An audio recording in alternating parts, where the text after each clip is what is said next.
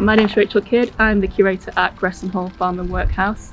So I look after the collections and exhibitions here and have worked with our lovely research volunteers to put together this exhibition. Gressenhall was a workhouse for about 100 years, so from 1836 to about 1930. This building was actually built earlier than the workhouse as a house of industry, kind of like a proto-workhouse really. As the workhouse system started to end in 1930, it was called a public assistance institution. So throughout that 150 years, we have nurses sort of caring for inmates. Basically, we have minutes that relate to the workhouse that are in the local records office. And originally we went through all the minutes to collate all the names of the nurses that were here over time. So from 1834 through to 1948, and then it was those names that were allocated to individuals to start researching. We all found we became very attached to our nurses. We would just use genealogy websites such as Find My Past, which would help with birth and possible marriage and death.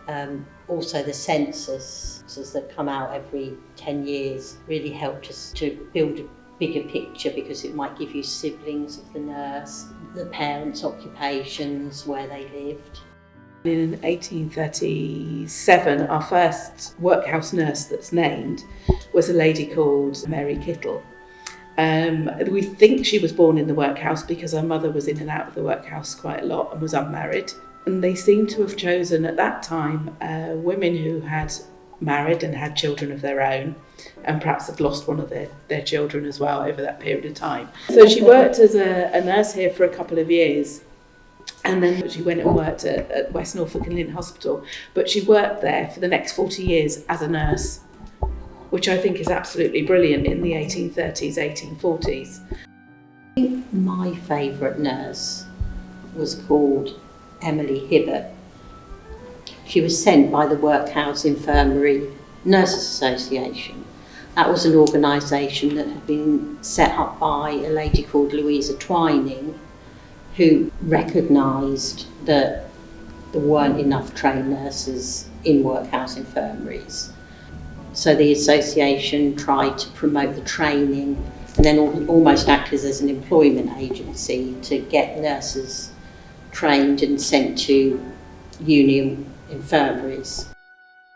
The things that stood out for me, and two of the nurses that I researched, Susanna Doughty and Bessie Milk, were real career nurses at a time when you perhaps didn't think that women would be doing such things. So they both went into nursing young, and they both stayed in nursing until their later years.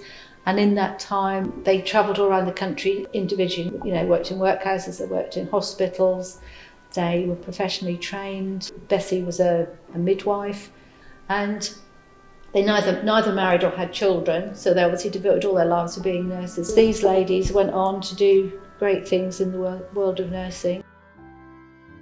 This exhibition is a result of over a year-long project partnership with the artist Connie. Connie is quite well established, so she's a Norfolk-based textile artist. She does a lot of work that kind of relate to historic research. So she's been great. She's been at so many of the research meetings, just listening to the volunteers chat about the amazing things they found. And it was really special for the researchers as well to see their kind of hard work turn into something really unusual in terms of artworks. They're quite used to writing a biography and being very historical. Textiles works really well at Gressenhall, and specifically an exhibition about nurses. Sheets and bedding, their kind of nurse uniforms and aprons, bandages. That's the sort of material that they would have been surrounded with every day. So Connie, the artist, was actually able to recycle a collection of pre-Second World War bandages and use those as part of the exhibition. So there's a real nice connection between the objects, nurses, and these artworks.